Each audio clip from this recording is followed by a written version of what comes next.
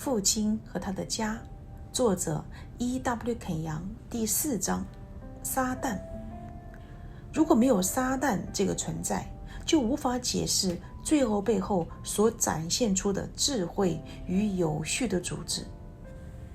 罪的普遍性、力量与恶毒逼迫我们去寻找其根源。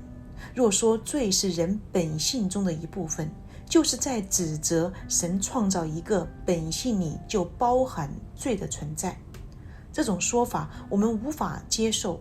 如果能够证明没有撒旦这个存在，那寻找罪的源头就会变得极其的困难。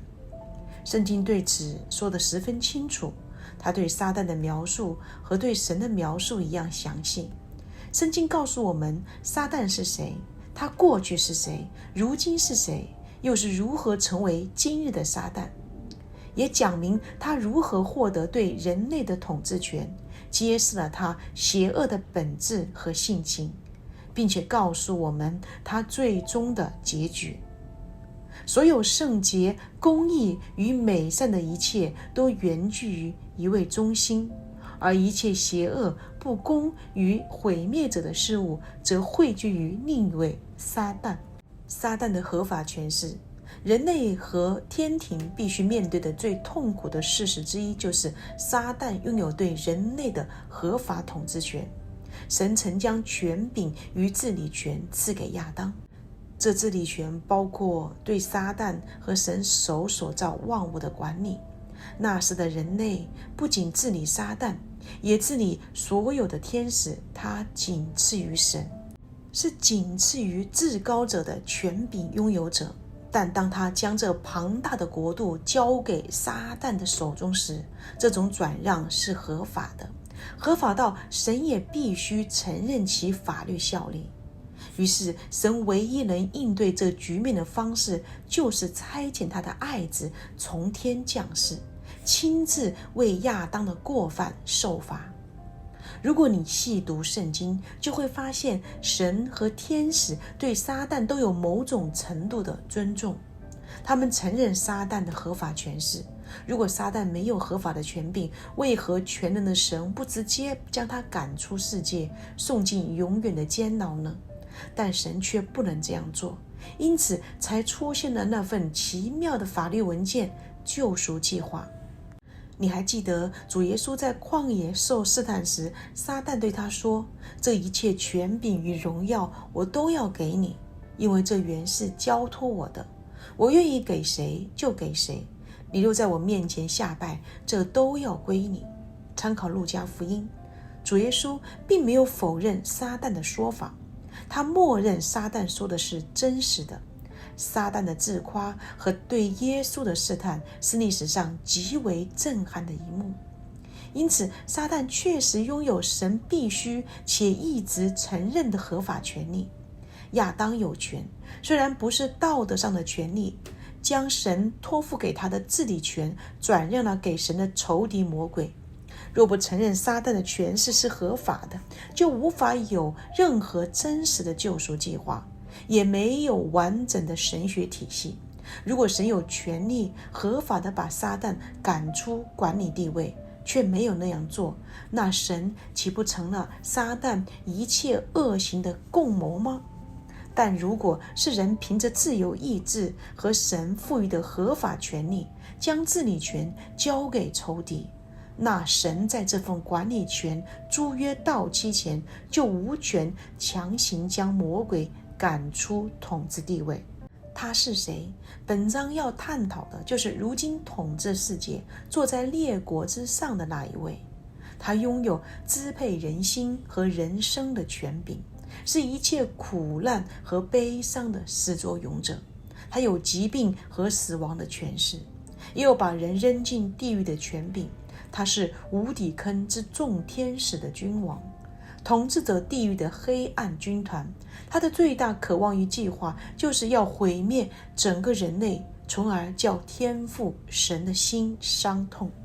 主耶稣在路加福音10章18节说：“我曾看见撒旦从天上坠落，像闪电一样。”在以赛亚书14章12至15节，他被称为明亮之星，早晨之子。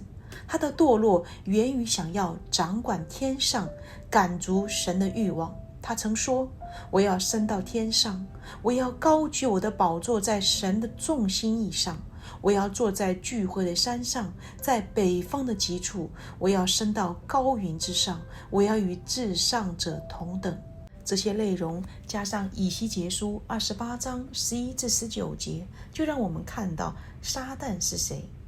以西结书28章起初是写给推罗王的，而推罗王实际上是在更高权势撒旦的掌控之下。撒旦被描述为拥有地上的权柄，甚至操控地上的君王。这是撒旦通过各国君王操控国家的写照。从第12节起，撒旦的真相被揭示。主耶和华如此说，你无所不备，智慧充足，全然美丽。这一描述在当时并不适用于任何人，因为你曾在神的伊甸园里。我们知道撒旦当时确实在伊甸园中。各样宝石是你的衣服，正如王冠上珍贵宝石彰显其权柄和地位一样。神说，红宝石、黄玉、金刚石、水苍玉、玛瑙、碧玉、蓝宝石、绿宝石、红玉和黄金都是你华丽衣冠的一部分。神又说，你发出的声音如鼓如笛，都在你那被造之日预备齐全。你是受膏遮掩约柜的基路伯，我派你站在神的圣山上，你在发光如火的宝石中间往来，你从受造之日所行的都完全，后来在你中间查出不义。这是神亲自描述的，是一个美丽、完全、智慧、圆满的存在。他就是那受膏的基路伯。受膏意味着他在神的宝座有密切的联系，而乐器的描述表明他极有可能是带领天上敬拜的大天使，领导天使天君敬拜神。他曾能在神荣耀的宝座前自由地出入，他一切所行的都完美无瑕，直到有一天在他里面发现了不义，因你的美丽心高气傲，又因荣光败坏智慧，所以我已把你摔倒在地。只有这样一位曾拥有荣耀和权柄的天使，才配得起神这样的宣判。当撒旦被赶出天庭时，他并没有失去他的能力、聪明与智慧，只是这些都变得扭曲堕落。激情音乐。值得注意的是，如今的音乐在青楼、舞厅、剧院、歌剧院等场所占据极大比重。音乐已成为罪恶最吸引人的工具之一。撒旦并没有放弃他的音乐天赋，也没有停止指挥合唱或大型乐队。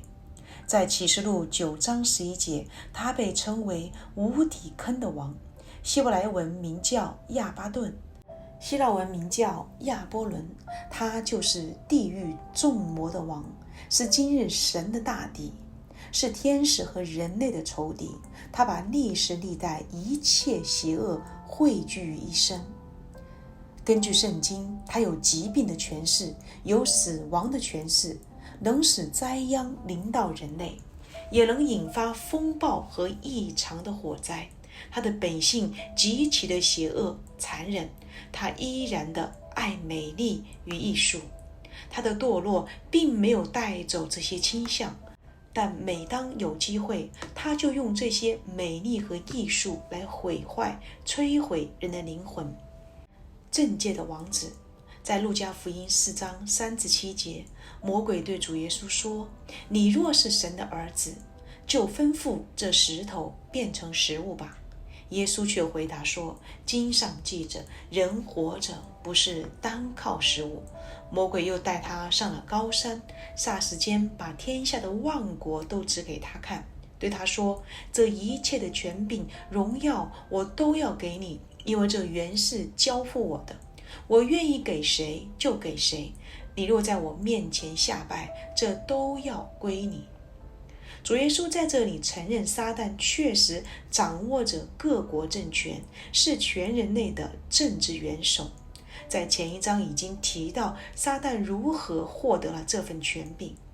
耶稣在此认可了撒旦统治世界的合法性。作为王子，他正是列国政治的幕后头目。没有人会对此产生怀疑。看看人类历史，看看城市的腐败，政治的堕落，列国统治者的邪恶，再看看那些所谓半文明国家发生惨烈战争与屠杀，而列强却无动于衷，就会明白撒旦的确在掌权。耶稣甚至称撒旦是全人类属灵的父，你们是出于你们的父魔鬼。他对当时最敬虔、最道德的犹太人说这话。保罗也指出，撒旦是这世界的神。作为父，撒旦将自己的性情加给人类身上。作为神，他要求人的敬拜、顺服、尊崇，而事实证明，他确实得到了这些。今天撒旦比耶稣更受欢迎，地狱比天堂更流行。走宽门的远比走窄门的多，拜魔鬼的也比敬拜主的多。死亡的权势，主耶稣在路加福音12章4-5节中说：我的朋友，我对你们说，那杀身体以后不能再做什么的，不要怕他们。我要指示你们当怕的是谁，当怕那杀了以后又有权柄丢在地狱里的。我实在告诉你们，正要怕他。主耶稣明确指出，撒旦有死亡的权柄，也有将人扔进地狱的权柄。希伯来书2章14节也说，儿女既同有血肉之体，他也照样亲自成了血肉之体，特要借着死败坏那掌死权的，就是魔鬼。保罗同样说明，撒旦掌握着死亡的权柄，这是一个令人震惊的事实。掌握死亡能够杀人的权柄，既然在我们的仇敌的手中。启示录12章7-9节，在天上就有了征战，米迦勒和他的使者与龙征战，龙也和他的使者去征战，并没有得胜。天上再没有他们的地方。大龙就是那古蛇，名叫魔鬼，又叫撒旦，是迷惑普天下的。他被摔在地上，他的使者也一同被摔下去。地球就是撒旦的领域，他在这里统治着众魔鬼和列国。犹大书第9节记载，天使长米迦勒也对魔鬼表现出特殊的尊重。撒迦利亚书3章1-2节，他又指给我看，大祭司约书亚站在耶和华的使者面前，撒旦站在约书亚的右边，与他作对。耶和华的使者对撒旦说，撒旦呢，耶和华责备你，就是拣选耶路撒冷的耶和华责备你。这不是从火中抽出来的一根柴吗？天使不敢直接斥责撒旦，而是表现出某种敬重。撒旦在天使之上，只在神和主耶稣之下。魔鬼的权势，但以理书10章13节，但波斯王的魔军拦阻我21日，忽然有大军中的一位米迦勒来帮助我。但以理祷告21天未蒙应允，是因为有波斯国的魔军阻挡。这不是地上的王子，而是管辖波斯的邪灵拦住了神差来的天使，使神的信息无法及时传递给但以理。天使还说，他还要回去与波斯的魔军征战，这说明某个国家都有邪灵掌控。保罗也说，我们征战的兵器本不是属血气的，乃是与那些执政的、掌权的、管辖这幽暗世界的，以及天空属灵气的恶魔征战。世界被划分为不同国家、州、省、城市，每个区域之上都有一个鬼魔在掌权。这在宣教经验中也是如此。每个地区所遇见的邪灵也都不一样。虽然这很可怕，也不讨人喜欢，但教会必须明白这些属灵的事实。约翰一书3章10节，约翰福音8章44节都称撒旦是全人类属灵的父。你们是出于你们的父魔鬼，从此就显出谁是神的儿女，谁是魔鬼的儿女。约翰一书5章19节，全世界都握在那恶者的手下。撒旦对地上列国有极其独特的权势。启示录12章11节已经应验，撒旦被摔到地上，满怀愤怒，因为知道自己的时候不多了。撒旦的本性，我们可以通过名字来认识撒旦的本性。正如旧约中，神借着自己的名字向人启示他自己。因此我们要查考撒旦的名字来认识他的本性。马太福音13章19节，凡听见天国道理不明白的，那恶者就来，把所撒在他心里的夺了去。这里撒旦被称为那恶者。同章38至39节，田地就是世界，好种子就是天国之子，败子就是那恶者之子。撒败子的仇敌就是魔鬼，收割的时候就是世界的末了，收割的人就是天使。这里撒旦是魔鬼败子的父，他不仅把好种从人心里夺去，也把败子和邪恶撒在世界中。魔鬼这个词原意是控告者、诽谤者、重伤者、毁谤者，这几个词都揭示了撒旦的性格。他是控告者，撒旦昼夜在神面前控告弟兄们，是毁谤者，不断地毁谤教会、神的性情和主耶稣的诚信。他是重伤者，不断发出恶毒、污秽的指控。他是毁谤者，传播一切污秽和败坏。他挑起纷争，喜欢恶毒的丑闻。我们需要注意一件事，无论是神还是撒旦，都必须借着人来成全或毁坏人的生命。撒旦借用人，撒旦必须借着人的嘴、人的笔来成就他的恶功。他除了借着人，没有任何能力能使人败坏、毁灭或迷失。神也是一样，他祝福、激励、提升、拯救人，也都必须借着人来成全。可悲的是，人却往往甘心成为魔鬼的工具，让他用来毁灭人类。哥林多11章3节，我只怕你们的心或偏于邪，失去那像基督所存清洁的心，就像蛇用诡诈诱惑了夏娃一样。这里撒旦被称为败坏者、玷污者、掠夺者。他一直乐于成为青少年的老师，利用邪恶之人败坏少年，再让这些少年成为传教士，去败坏学校和社会。这里的传教士打了双引号，多少可爱的孩子还没有上中学，就已经失去了纯洁，被魔鬼玷污，生命的圣洁被拉进污秽的言语和思想里，再也回不来。帖撒罗尼迦前书3章5节，因此我既不能再忍，就打发人去，要晓得你们的信心如何。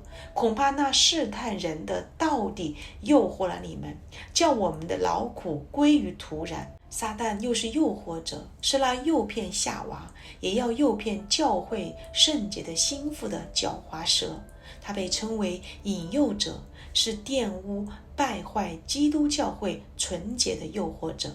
他诡诈、污秽、残忍，是那古蛇。启示录20章2节把他称为龙、古蛇、魔鬼、撒旦，每一个名字都让人毛骨悚然。激情舞蹈，古蛇这个名字的原意是使人着迷者。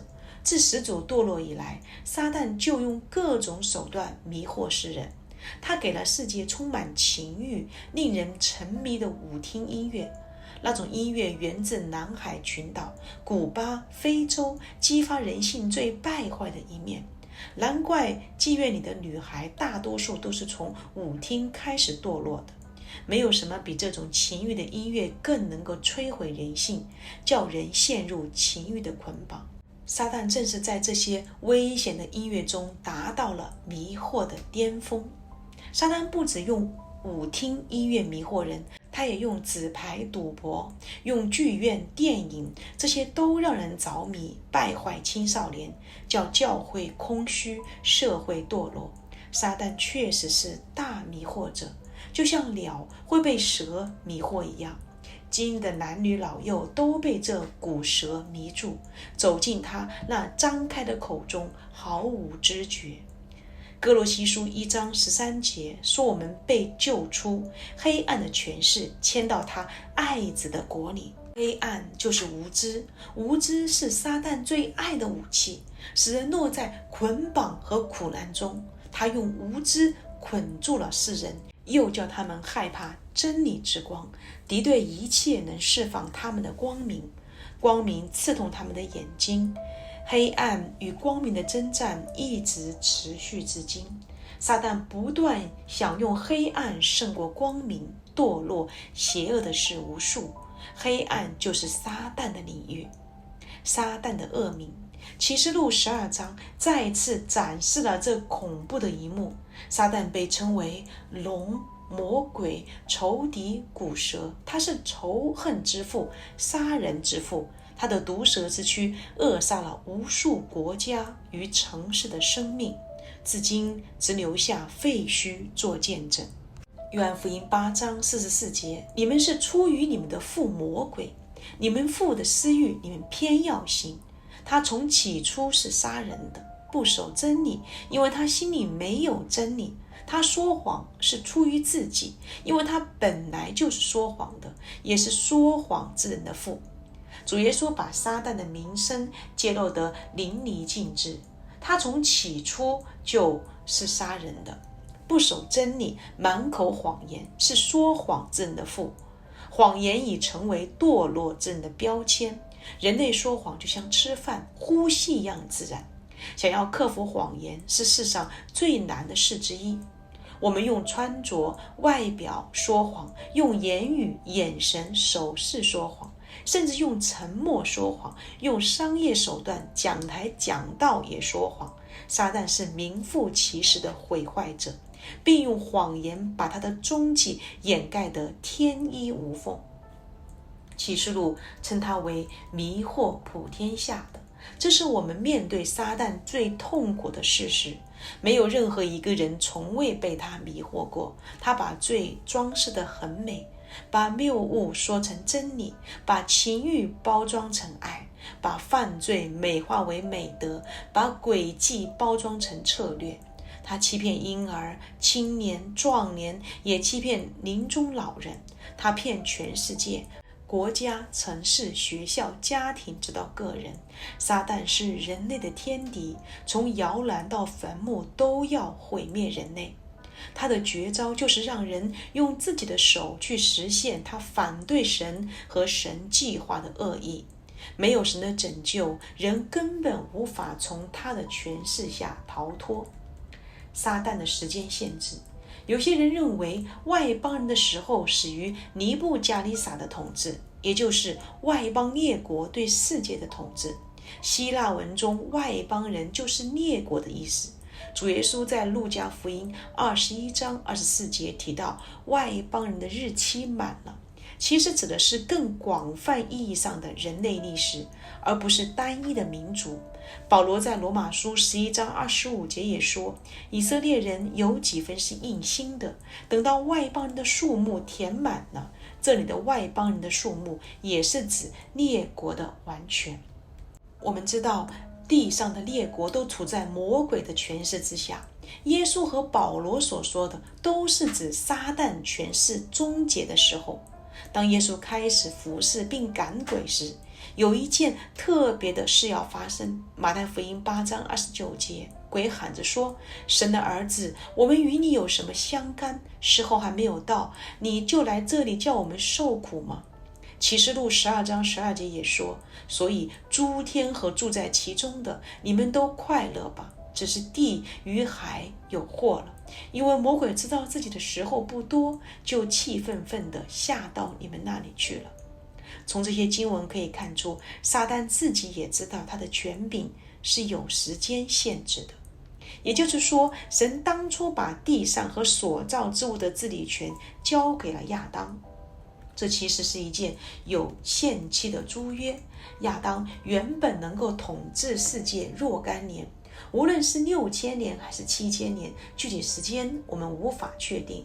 当亚当背叛神，将治理权转交给撒旦时，撒旦就接手了亚当的租约。所以撒旦的权柄期限，也就是亚当本来可以掌管地球的期限。撒旦的统治会一直持续到主耶稣再来为止。现在人的治理其实已经变成了撒旦的治理，正如保罗所说的，外邦人的时候，也就是撒旦统治全人类的时期。被主赶出来的鬼也知道自己的时限，害怕被提前扔进无底坑，就求耶稣，时候还没到，你就来这里叫我们受苦吗？主耶稣没有答应他们提前下无底坑。刚才所引经文说，撒旦会因自己时间无多而气愤地下到地上，这很可能就是大灾难的根本原因。撒旦看到自己的权柄即将终结，就要把他最猛烈的毒害倒在人类身上，既伤神的心，又要尽力的毁坏人类，直到自己被扔进火湖为止。